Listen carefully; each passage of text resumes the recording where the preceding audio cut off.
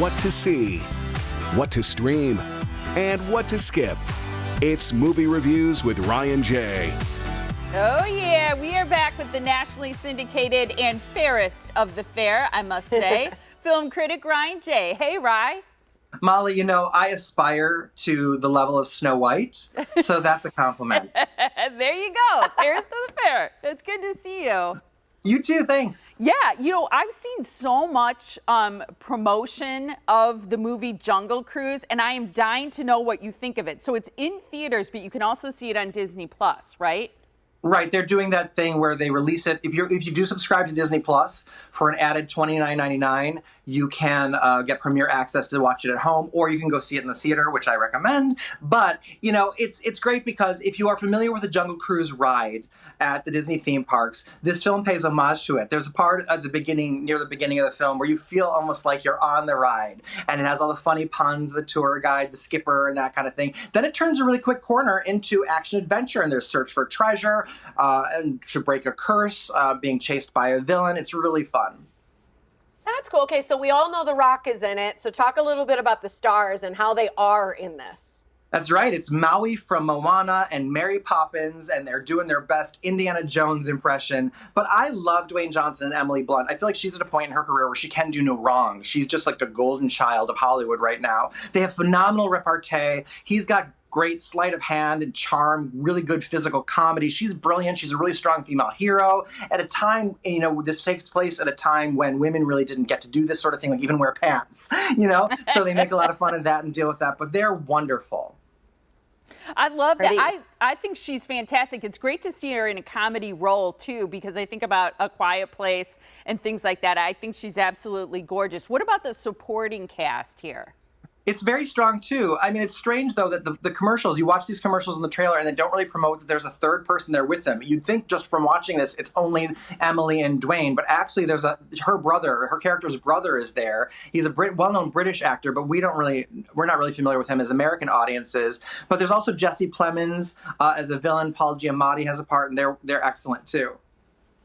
I mean, this looks gorgeous and it looks fantastically done. I'm kind of surprised because I thought it was going to be a little juvenile and it doesn't look that way. Isn't there something about another language too?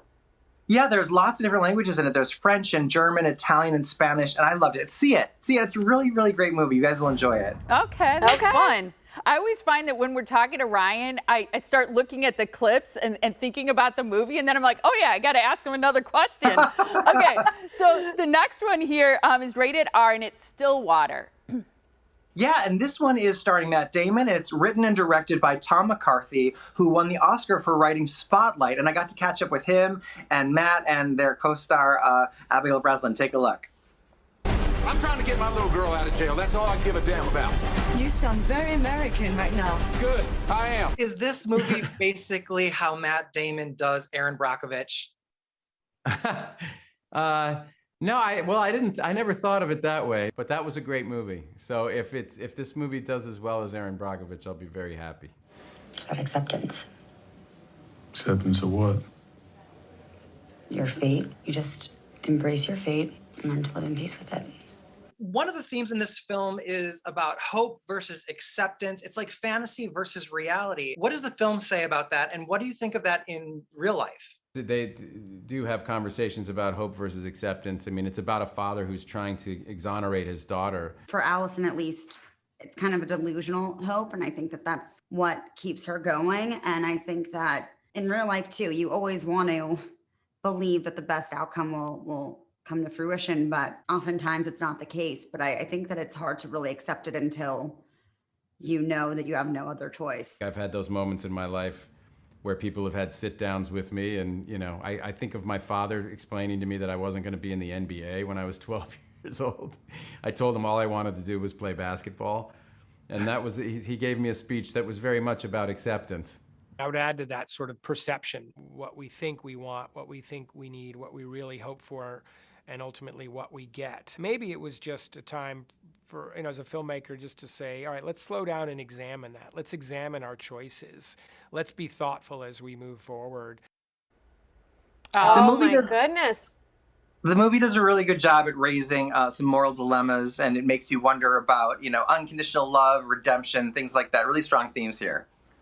Wow. Okay, so how was Matt's performance? I mean, speaking of golden children, right, in Hollywood, he's phenomenal.